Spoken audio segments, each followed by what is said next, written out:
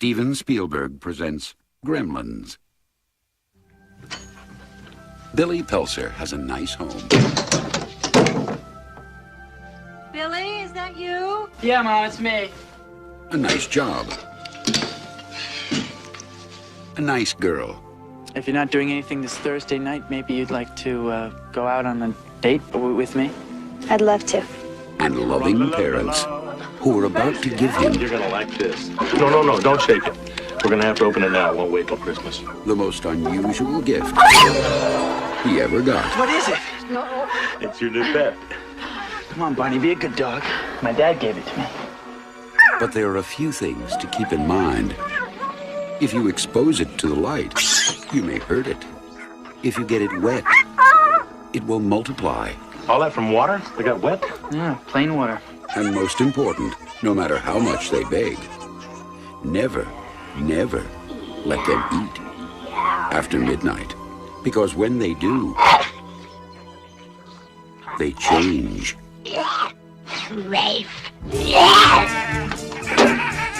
They become clever, mischievous, What's going on here? and dangerous. Gremlins, huh? Little monsters. Right. Hundreds of them. Well, I don't know, maybe thousands. They've been here too. Billy, what are these things? Where do they come from? Look, I know it sounds crazy, I know. But in a few hours, you're gonna have a major disaster on your hands.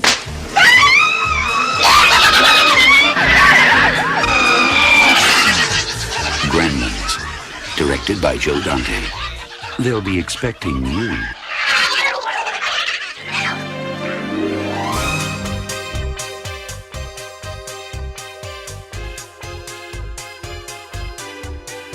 What an 80s synth jam. And it played through, I forgot how many times they ran this, and it played at very weird moments. Well, it's a very weird song. It was, I mean, throughout the movie, it basically became the death song.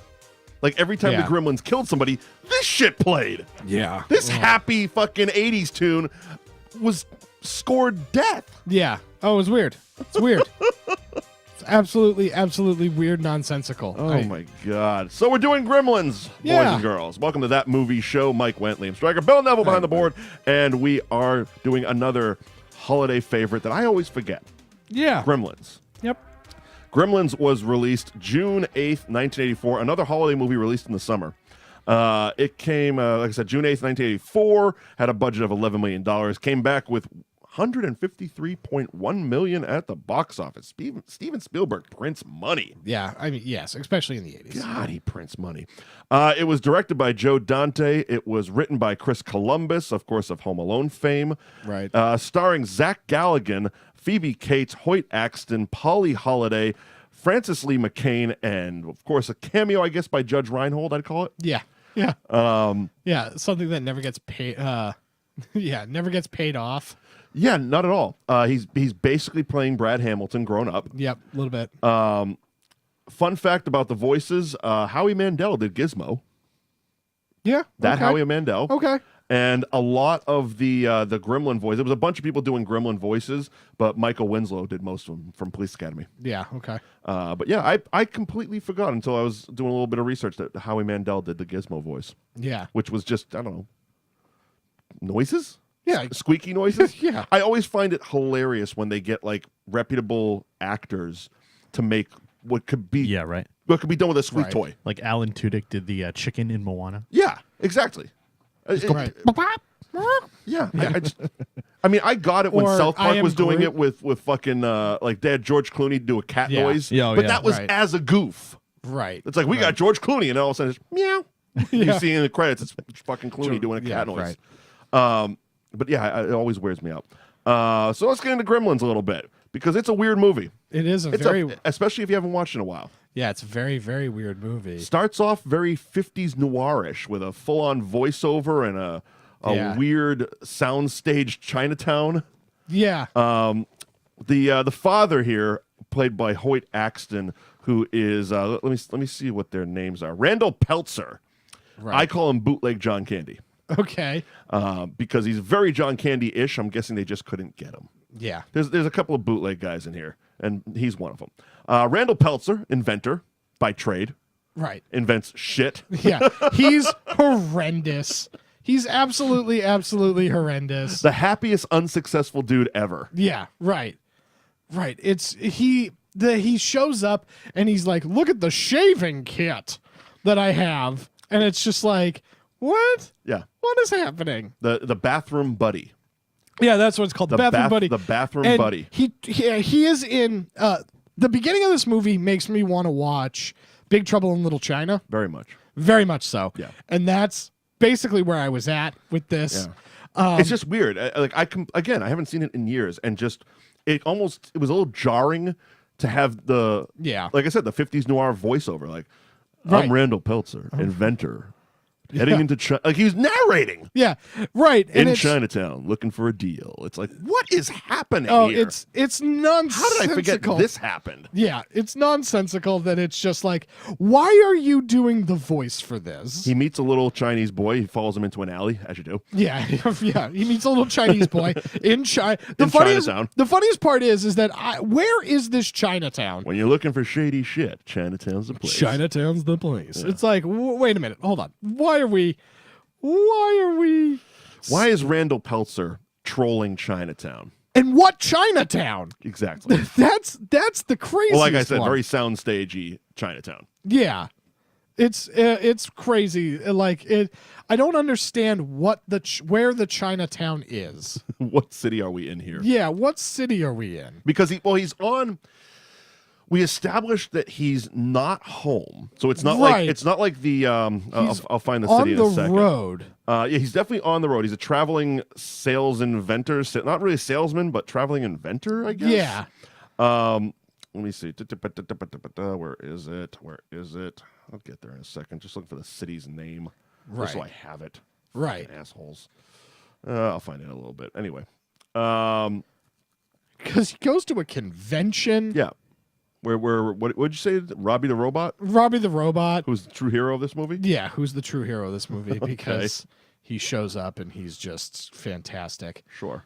Robbie the Robot. Kingston Falls is where they live. Yeah, so he's not in Kingston Falls because he gets home. Yeah. And he's greeted with like, I've been many miles, Right. I've been traveling the world, peddling my wares. Yeah, peddling my wares. He's like a dumb inventor person. Like, the house is littered with shit. Like absolute garbage that he's invented. They don't even look good. No, and the worst part is that they go into the whole thing and she's just like, his inventions work so well for the first few weeks. Maybe that's why I think he's a bootleg John Candy, because he's very much like Candy in Planes, Trains, and Automobiles. Right, he is. Traveling with his fucking his shower rings. Just happy to not sell anything. Yeah, right. Right. Just he's giving away smokeless ashtrays to gas station attendants. Right. That hate them. Yep. And because the ashtray needed improving. Yeah, right. It's nonsensical. Mm-hmm. It's nonsensical. So the little boy brings him down to the gutters of Chinatown. Yeah. And I don't know what he was going there for. He was looking for, I think he was trying to send his get a gift for his son for Christmas. Okay. And sell his bathroom buddy. Well, I knew he was trying to sell the bathroom buddy, but did this kid think his fucking uncle, grandfather, whatever shaman was going to buy it? Well, come with me. My grandfather definitely won't buy your shit, but we're definitely going to rape you. Yeah, right. Well, there was that. I think that the bigger thing was he wanted to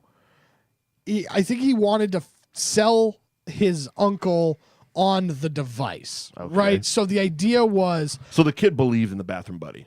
Right. Okay. Well, maybe not the bathroom. As childs do. They like toys. Yeah, right. Right. And so... And this one has knives in it. I think that the original plan that was decided off screen was, I'm salesman. I need to have this in my store. Okay. and I'm going to. I'm salesman, as in the child is a salesman. No. The dad. Okay. The dad's the salesman. John Candy. Discount John Candy. Right. He's going to go to this Chinese place to then basically supply. Well, I got that much because he actually says it. He can get them by the dozen. Right. The dozen. The dozen. I can get you a baker's dozen of these pieces of shit. Yeah, right. For your antique shop. Right. In Chinatown. Yeah, and that's, I think, the game plan. All right. I think that's the game plan. All right. Well, the Wikipedia says, yes, he goes into a Chinatown antique shop hoping to find a Christmas present for his son, Billy. Yeah, who is simultaneously 8 and 38. Yep. Yeah. From the opening, it's like, oh, Billy must be a child. Yeah. That's the only way that I could understand that this boy exists. So Randall. Yeah. Randall Pink Floyd. No. Yeah. Randall Peltzer. Fucking terrible name. Yeah. Encounters a small furry creature called a mogwai, which in Cantonese translates to the devil. Yeah, okay. Yeah. Okay. Yeah. Mogwai is devil in Cantonese. The owner, Mr. Wing. Yep, Mr. Wing. Refuses to sell. Yeah, because he's like, this thing's a nightmare. Like, first of all, Mr. Wing should have had that thing in the back room. He's the true villain of this entire story. Because this asshole with his one white milky eye. I think I texted you guys last night. I was drinking while watching. Yeah, of course you were. No, that's something else. That's that. Oh, yeah. The motherfucking Mogwai knows Cantonese. Yeah. Because at the end of the movie, they speak Cantonese and they understand each other. Yeah. Yes. So this thing wasn't just chirping gibberish with Howie Mandel. No. It was actual Cantonese. That's why nobody understood it. Yeah, right. Well, racist. The whole thing is that asshole just has this motherfucker in a cage in the middle of his bootleg antique shop. Just squeaking. I mean, granted, it could have been his pet. Right. But that his grandson just steals and sells. Right. But here's the thing. Why is it on the show floor if it's so goddamn dangerous? What was it though? Because he had to like remove some blankets and stuff. It was because it was squeaking. He heard the noise. He didn't see it. Yeah, but it was next to like a fountain. No, maybe it's his pet. Yeah, well, why was it in the box there? It's his buddy. He's just hanging. He should have been behind the desk. It just this asshole. Like that would have been the easiest way to not sell it to Randall. There would have been like, it's my pet. Yeah, you can't right. have my pet. Yeah, I'm going to come to your house and buy your fucking dog and not take no for an answer. Well, that lady was. Give me your dog. That lady was trying. We'll get to her. Yeah, that bitch. That was the other bootleg. She was bootleg Carol Burnett from Annie. Yeah, she was. I was like, is that the woman from Annie? I'm like, wait, no, that's Carol Burnett. That was Carol Burnett. This is bootleg Carol Burnett. So basically, the little boy is just like, look, here's the deal. I'm going to take it. I'm going to take the $200. Yeah. And then you just take the Mogwai. Here, by the way, here are a bunch of arbitrary rules that are very important. Very important. But really leave a lot to open to interpretation. We'll get there. Right? It's like, look, don't get it wet. It's like, okay, so how does it take a bath? What does it smell like? Yeah. Can it never be wet? I bet they have one of those like CO2 dust cleaners for the computer. Yeah. They just blast it. Yeah, what do? Do you vacuum this animal? They just sandblast the fucker. What do you do? Because it must stink. And you can't I don't know, can you spray it with aerosol? Yeah, what? Does that count as wet? What? I don't know. What it's how does it take a bath? How does this animal take a bath? Clearly it can't, because he actually says don't give it a bath. Yeah, but like you know how like a cat doesn't take a bath, but it licks itself clean? Sure. It's like is it one of those situations? Maybe it's a self-cleaner. It's like one of the new ovens. It's a Roomba. It's a Roomba. Is that what a Mogwai is? It has a self-cleaning feature. It's very fancy. It's very fancy. It's a second generation. Okay. And then don't feed it after midnight. See, that's the one that has never sat well with me, because they could have cleared up this huge fucking plot hole by saying between 12 and 6 a.m. Right. Because when can you start feeding it? Right, exactly. There's no... When can it eat? Everything is technically after midnight. Right, and it doesn't like light. No bright light, no sun. It's vampire as well. Yeah, it's part vampire on its mother's side. They can get wet, can't they? Yeah, vampires can. Oh yeah, those sexy vampires. Yeah, they glisten. It's garlic they don't do. Yeah, they don't do. Yeah, they hate Italian restaurants. Holy water fucks with him though, so maybe that's the connection there. Maybe. And the mogwai have devolved. Furry. They just can't get wet at all. They're furry demons because they're the devil. Yeah, they're furry demons. But you look at it and it's just like, okay, so don't feed it. I got to have a window. And where does the midnight start? Right? Because where is this thing's fucking internal clock? Like, that's what it is. What time zone are we on here? Yeah, like, because my midnight is different from LA midnight, which is different from Tokyo midnight, which is different. Is it London or Stag? Yeah, right. So, I don't know. Arbitrary rules, very weird. Very weird. And Billy is stupid enough. Everybody in this movie is stupid enough. Billy sucks. Let me just put it Billy right is out there. awful. Billy is the weirdest character that might have ever been created. Maybe. Because, like you said, he's an 8-year-old boy in a 38-year-old body with an old man job. Okay. Who's best friends with a child, Corey Feldman, that loves comic books and toys and gets really giddy over this. Not a dog, but has a dog. Takes a dog to work for some fucking reason. Takes the dog to a bank. Yeah. Here's the thing. How old are these fucking people? All right. So this is the theory that I concocted. Okay. So it's executively produced by Steven Spielberg. Yes. Right? Also did Big. Right? Oh no.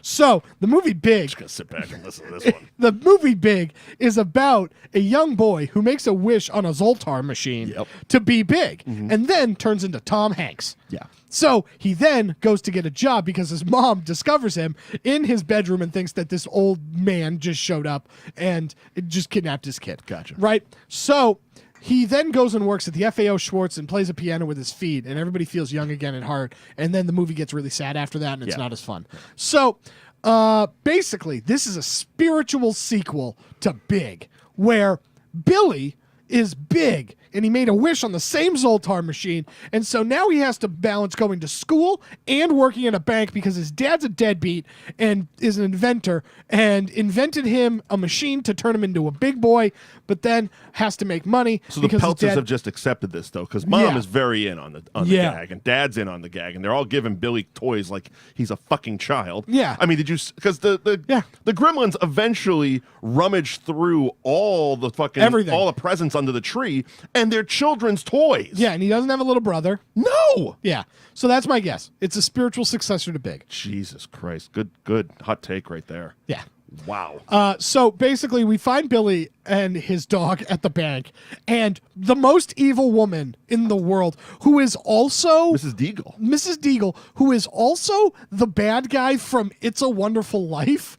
Yeah. Like, somehow this terrible woman owns the entire town. She owns the town. Like, and to the point where she's entering the bank and this woman's just like, hey, I just got a new job and my uncle... Fuck your line. Yeah. I'm walking to the front with my snowman head. Yeah, but she sees the woman outside and the woman's just like, hey, can we get a little time for rent? Oh, that's right. Because, like, I just got a new job. My husband just got a new job and we're going to, like, it's Christmas. 2 weeks is all they were asking for. Yeah. And she's like, no, fuck That's all you. I'm asking for. And she's like, no, screw you. No. No. No. No. Bah humbug. Bah humbug. And so it's like, oh, you're the worst. And she blames the dog, and she's just actively threatening the life of this boy's dog. Yeah, this whole exchange was disturbing to a point. Yeah. So, yeah, she comes in with her snowman head. Fuck that line. I'm going to the front. Yeah. Plops the snowman and decides that this is the moment to have this discussion. Right. Not go to the house where the dog probably should be. Yeah, right. And why he has a dog under the fucking counter tied up is beyond my fucking whatever. Because he's an emotional support animal. Oh, whatever. That didn't exist in the 80s. People were strong back then. And so... Not Billy. Not Billy. Billy's weird as shit. And not his bartending girlfriend, not friend. Okay, so that's a whole other thing. Phoebe Cates in this, which we'll get to in a second. So she comes up, and she goes, your mangy dog, this is all that's left of my snowman.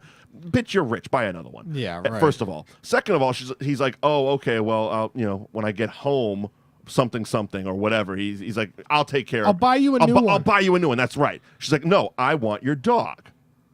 And I'm like, that's not how this works. Yeah. And then she gets even deeper. I'm going to take your dog, and I'm going to have him put to sleep, which is better than what I'll do. Basically saying she would gut the dog and torture the dog and all kinds of weird shit to the dog. And I was like, okay. So you're a serial killer. Weird as shit. Then, for a brief moment, I sided with Mrs. Deagle because this dog untied himself from underneath the thing, launches over and starts biting the shit out of her. Yeah. I'm like, okay, well, technically that dog should be punished. Yeah. I mean, Yeah, you can't have a wild animal biting people in a bank, dude. Yeah, can't be. Yeah. First of all, you're fucking fired. Yeah, which right. he isn't. Yeah, right. Well, and because Judge Brad Reinhold- Hamilton comes out of left field and saves a fucking day. No, single successful guy, man. No, he says that he would have fired him, but the other bank guy. Was it the other one? Yeah. Oh, see, I thought he was like trying to get points for no good reason. Yeah, no, he when they were at the bar later, he's like, I would have fired you. Right, because But- he's basically saying he's going to take the old man's job. Like he has the Brad Right. Hamilton bad math of success. It's like I'm here now. I'm going to be a millionaire in 4 years. Okay, so he goes from I'm an assistant manager. Soon I'm going to be the manager. Then I'm going to be the branch manager. I'll be a millionaire, but in 4 years. That's not how banks work. Yeah. You don't just get the money in the bank when you run it. Yeah, right. Because I think that's what this guy thought. I think they both fucking went to the Zoltar machine. They're both just children. They're both children. Well, if I run the bank, I get all the money. Yeah, right. No, you make a salary. You probably make 40 grand at best, pal. Yeah, probably. It was the 80s. Anyway. Yeah, so we get Phoebe Cates dressed in colonial garb because it's the 80s, and she's trying to get him to sign some petition about some such shit that has something to do with Mrs. Deagle, which was just a plot device to go, Mrs. Deagle, as she walks through the fucking door. Yeah, right. To basically paint her as a horrible human being. Because she is a horrible human being. And we also find out that Phoebe Cates volunteers as a bartender waitress. She volunteers as a bartender at her uncle or friend's bar. Yeah, and it's just because they can't pay. Like, yeah, it's so broke down and poor. Like, because even at restaurants, you make $2 an hour, right? And tips. Anyway, yeah. So basically, the dude Brad Hamilton wants to show her his TV because he has cable. He actually said that like it was a huge thing. Come to my apartment. I got cable. She's like, come check out my new apartment. She's like, I didn't see your old apartment. Great line, by the way. It was great. So Billy gets the mogwai, and he immediately ditches the dog. Fuck that dog. Yeah, he's like, you know what? Screw this dog. And so he teaches it how to play the piano. I mean, the dog is a menace. Yeah, he clearly. bit a woman in a bank. Yeah, and knows how to untie himself. Yeah, right. I looked. That knot was pretty fucking good. Yeah, and the dog didn't even have the rope on its neck. Yeah. He was just like, yeah, I got it. It's just like, I know how to untie shit. I got this. Completely. Right. So fuck knots. The mogwai shows up, and this movie then just goes off the rails from here. Yep. Because Corey Feldman shows up as well. Corey Feldman, who fights Gremlins and Jason Voorhees. Pete Fontaine. Oh, what a name. Is his name. And he, like an idiot, spills water on Gizmo. This was another scene. So Corey Feldman shows up, and he's got this new pet. Yeah. But neither one of these guys have ever... It's a species they didn't exist until they literally walked in this room. Yeah, right. And Corey Feldman immediately is disinterested. Yeah. He's back to the comic books with the 3D glasses. Right. And Billy's like, no, look what he can do. He's like, yeah, cool.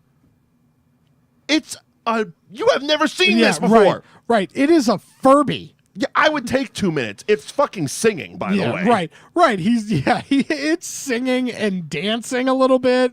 It's crazy. This isn't like, oh, you got another dog. That's a cat. Oh, even if it was a fucking grizzly bear, I would have a little bit of sympathy for him because it's like, well, I've seen bears before. Yeah. You got a bear. You're still weird as shit. But no, this is an alien race. Yeah, right. That didn't exist until he walked into that room. Nobody knows what it is. That you can't turn lights on around. Yeah, yep. You can't even. He is making it look in the mirror, and the reflection of the mirror from God knows where burns it. Fucking weirdos. Yeah. So they multiply, and all of the new gizmos are dickheads. Yeah, they basically start firing out like fucking cheese balls out of its back. Yeah, they're just dickheads, and basically, just because this movie probably could have been 45 minutes. Yeah. Like, there's so much nonsense that happens in between Gizmo multiplying and them becoming gremlins that nothing happens. And then all of a sudden the gremlins actually like show up and multiply. Well, we get Dick Miller as Murray Futterman being the biggest racist in a PG movie ever. Oh, yeah, that's right. Starts talking about how gremlins and the machines. Goddamn foreign cars. What? All right. Cool. I guess that would be a good point to point out that Gremlins and Temple of Doom were the reason the PG-13 rating came into play. Yeah. Because they were both originally released as PG movies, but they were they got backlash for being not family friendly. I mean, obviously Indiana Jones had its thing with the heart pulling. Yeah. But this was just, it was so dark that it wasn't considered a family friendly, but it also wasn't bad enough to be R. Right. So Spielberg actually went to the MPAA and said, Created you have to make something in the middle. Yeah, right. There's got to be something between PG and R, and that's where Right. PG-13 came into play, and they were re-rated as that. Yeah. Yeah. And so finally... This is also the guy that had full nudity in a PG movie called Jaws in the opening fucking scene. Yeah, right. He didn't like playing by the rules. No, he didn't. Fast and loose with him. Yeah, I'll bet. Fast and loose. So Goddamn risk taker. Billy, in probably his dumbest move in the entire movie, like by far the dumbest move that he does, is feed the box of mogwais. The grossest chicken I've ever seen, by the way. Yeah, it's raw chicken, I would assume. It was disgusting looking. I'm like, ugh, it looks like they're devouring an animal. Like Right. That was one of those things. I'm the least vegetarian of people, and I'm just like, that looks like murder. Yeah, right. And then they all turn into weird, like, gross, like, lizard pods. Yeah, cocoons, basically. Yeah. Because we get the explanation of how cocoons come when they bring, I don't know, he was the mayor in The Wire. I don't know what else he's done. the science teacher? The science guy. He's like, look, it's like a cocoon for a butterfly. Yeah, exactly. Why But- Corey Feldman's still hanging around is beyond me. Yeah, who knows? And I just Corey Feldman. Glenn Turman is the actor. Roy Hansen is who he's playing. Corey Feldman is so inconsequential in this movie. Yeah, he's just there. Yeah, He's literally just there because, well, Corey Feldman. yeah, right. Because of basically Goonies, I'm guessing. This is before Goonies. Was it before? Yeah, I think this is before Goonies. This is what did I say it was? 84? Yeah, This was 84. I know it was 2 years after Fast Times. but yeah, you look that up. I'll look it up. So, yeah, he just doesn't look at a clock. You know what I mean? Like, one of the main rules of this is don't feed him after midnight. And this guy looks Goonies at was a year later. this guy looks at 1 clock and is just like, yeah, we're good. We're okay. Again, Billy's a fucking idiot. Right. And so he feeds this, sparks the whole thing. Yep. The They all get into weird, like the sticky cocoons. Yeah, and then they hatch into gremlins, and in the most badass and redeeming quality ever, the mom goes like murder psycho on all of them. Well, they're fucking with a woman's kitchen, man. Yeah, she grinds one of their heads. She literally finds the best use for all her husband's shit inventions. Yes, it's awesome. Okay, also, one of those inventions, the orange juicer thing. That turns into orange slime. Why would you...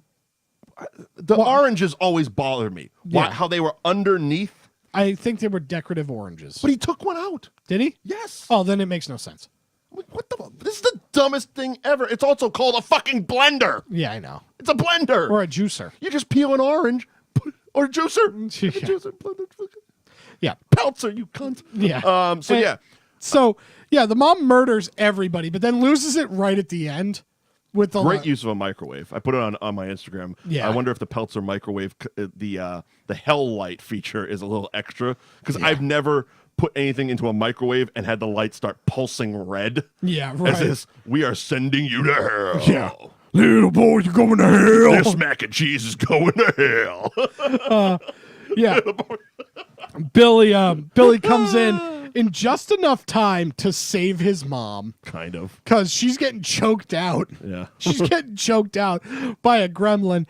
And this asshole comes in, and the swords that are just on the wall for no reason except for him to decapitate. Peltzers are weird fuckers. Well, the weirdest part about that is... Oh, and did the dad just go back on the road? the dad just was at a conference.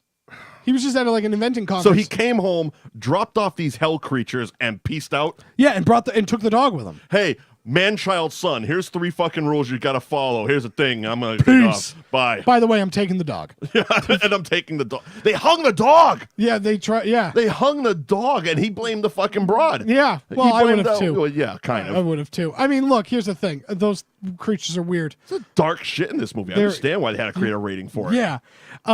And so, yeah, why wouldn't you just carry the sword that you clearly decapitated a gremlin with? Like, at no point does he like, oh, you know what? I'm going to hang on to this because I clearly cut this thing's head off and that killed it. So let's keep sucks. going. Oh, Billy's awful. Billy sucks. So I don't know why Billy leaves, but he drops his mom off at the neighbor's The house. Futtermans. Yeah. Do they, is that where they get to the Futtermans? Yeah. Kind of, the maybe? doctor. No, that's not them then. The doctor. He drops off he's going to go to the police, and the police don't believe him. Nobody believes him. He's a fucking idiot child who clearly the town is just, Yeah. being, We're being nice too. Yeah. Humoring. Yeah, humoring. Thank you. They're just humoring the boy. They know the story. Peltzer invented some weird thing that this kid is now big now. He was 6 yesterday. I don't know. Give him a job at the bank. Nobody actually go to him. Yeah, right. Right. The line diverts over the Phoebe Cates. Yeah, except for the old lady who just yells at this boy. Well, she hates children. Because she's from Annie. Yeah, she hates children. Because she's bootleg Carol Burnett. And she refuses to play along with this kid. Exactly. But yeah, the police don't believe him. He shows them Gizmo, and they're like, "Yeah, whatever, kid." Yeah. And it's just like, again, this is the thing you've never seen before. You obviously have many mogwai around. You know exactly what this is thing. because what the fuck? Right. And so yeah, it's nonsensical. Then the problem is they based it too much in reality for me to suspend too much disbelief. Right. It's like these. Okay, I get it. Alien race of demon things, cool. Yeah. But these guys shouldn't be nonchalant when they're presented with it. Right. Like, Because it takes the death of the woman, the old lady. The one that fired out of her fucking which chair. is Mrs. What's her name? Oh, that one. I was thinking more the as a kid, it looked so fun because I'd only seen one in this movie. The chair that goes up the wall. Yeah, that's Mrs. Was that her? Yeah, that was her. Oh, okay. Yeah, she looked different. Yeah, she didn't have a wig or a hat on. Yeah, okay. So they fire her out a window. They fire her out a window. Great. And they're like, "Oh my god, that's Mrs. So and So." And then the gremlin walks up and taps on the glass, and they're like, "Oh my god, they are real!" Whoa! But then they cut the brakes so the cops die. Fucking Keystone Cops. And I'm pretty sure those are the only 2 cops in the town. Obviously. And so everybody's screwed. Small town movie. And so while Billy tries to rescue Phoebe Cates, who's trying to, Is this where she tells the Santa story? Yeah, we're just going to go to the Santa story. Okay. Because the Santa story is so crazy out of left field that it's like, are you for fucking real? Like, what? Why do you think that this is the appropriate time for this movie? Or for this fucking story? So basically, the Spielberg, along with the studio heads, hated this and wanted it cut. Yeah. The only reason it's in there is Spielberg didn't want to fuck with Joe Dante's vision. And Joe Dante was the only one who liked this story. He said it's a metaphor for the entire movie, was his argument. The reason, and the big reason they hated it was because they couldn't tell, the way she delivered it, they couldn't tell if it was supposed to be sad or funny. Yeah. Because there was humorous parts to it. Yeah, right. It sounds like Dad got drunk and fell down the chimney. Yeah. Well, the whole thing is like, so earlier in the movie, she's like, "I don't like Christmas." And he's like, "Why? Everybody loves Christmas." And she storms off in a huff. Yeah. And it's like, okay, you don't have to love Christmas, but it's a throwaway line in the beginning of the movie. Right. That is just like, okay, because they interact with each other and there's no repercussions to that statement. Right. Mm-hmm. And it's never brought up again. And then completely unprovoked. Right. This is the second reason why I hate Christmas. My dad was going to surprise us, and he died. Yeah. Just coming down the chimney. Yep. And it's like... Dressed as Santa. Yeah. So that's how I knew that there wasn't any Santa Claus. It was the one thing that Roger Ebert, in his 3-star review of the film, singled out. He said her story is in the great tradition of 1950s sick jokes. Yeah. Yeah, it's just out of left field and weird because I'm also pretty sure that hijinks ensues in the next scene. Yeah. I'm almost positive that the next scene in this movie is them going to the movie theater where all of them are singing Hi Ho. Okay, that's a whole other thing because I don't know what Disney was up to in the 80s, but they were licensing all their shit out. Yeah. And this is A Christmas Story, if you remember. Right. In the parade is Mickey and the 7 Dwarfs, all Disney characters in the parade. And this, literally, they're showing Snow White on the screen. Right.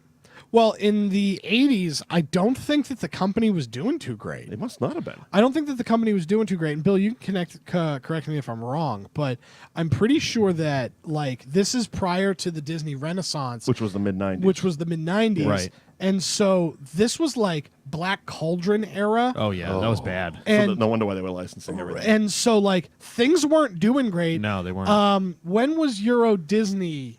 When did that? Was that was an open? Eisner one, wasn't it? Because he was 90s. Okay, so yeah, Late 80s, early 90s. So it might have been on the tail end of this, but Okay. I know that the Euro Disney almost bankrupted the company. They needed all the money. And so they just needed all the money because they obviously weren't the juggernaut they are now. Right. But yeah. Because Euro Disney became Disneyland Paris, but Euro Right. Disney opened in 1992, so it was Okay, right around then. so it's before. So this is way before. Right. Yeah, but I think that we had hit the boom, and this was like Black Cauldron era Disney, where they were still just a studio. Okay. They were not the family juggernaut Right. that they ended up being during the Renaissance in the mid 90s and are today, where they're going to have all of the box office records. Fun fact about getting back to Gremlins, there's also a movie theater scene in the sequel. I couldn't remember if it was that in the this was in the sequel or this one. There's two versions of it, and the one on the Blu-ray, which I have, is the one that was in the theater, which is when they interrupt the movie and it's Hulk Hogan.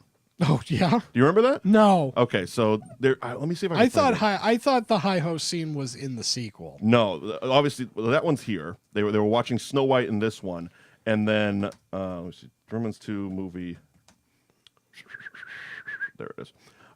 So in the sequel, they have there's two different versions. One was because in the theater, Hulk Hogan is actually speaking to people in a theater, and then they changed it for the VHS. Let me see if I can find it. Find the other one. Theater scene. VHS. Yeah.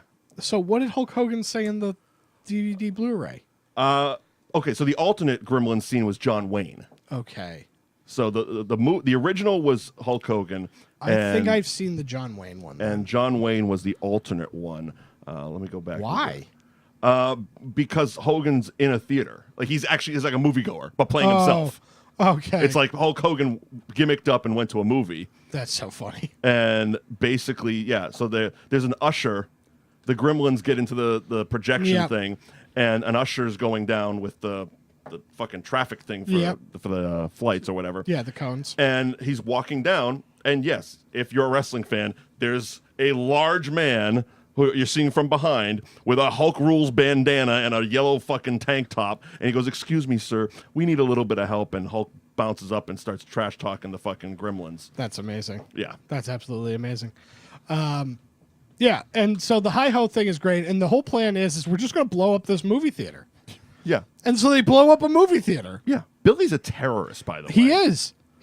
Yes. Because he blows up that, and then they end up fighting in a store, and that's how Stripe ends up going down, is becoming a vampire. He's trying to multiply himself. Well, he throws himself into a fountain, basically. Well, yeah, because he's like, I'm going to try and multiply myself. Yeah. But then somehow they just melt him with the power of the sun. Well, they can't. Yeah, sun. They can't get in sunlight. We established that one. That's one of the rules. Yeah, it's just weird. Break the rules. Yeah, the rules. So they end up saving the day, even though Gizmo is stupid and drives the car for no reason Because it's adorable. Yeah. Okay. So about the actual Gremlins themselves, because there was no CGI back then. Yep, they're all puppets. They were all the animatronic. Yep. Each one cost between $30,000 and $40,000. Yeah, of course. And security was so tight because of that every night when they were leaving, security made all the cast and crew open the trunks of their cars to make sure nobody was stealing Gremlins. Yeah. The Gizmo broke frequently. Of course. Which is why the bar scene was added with having him on the dartboard. It was literally production people that were pissed off throwing the darts at the Gizmo. That's the whole reason that scene exists. That's very funny. The funniest part about the whole thing is the end of this movie when basically the old Asian man from the beginning of the movie shows up and just like, you're a bunch of idiots. Like, I told you that this was going to happen. You didn't listen, and I'm taking my pet back. Has he known all along where they lived? No, because the dad goes and gets him. Oh, right. The dad goes and gets him, and he's just like, hey, this is the guy I bought the mogwai from. And Mr. Wing is just like, no, that's not what happened, but okay. You took advantage of another child. Yeah.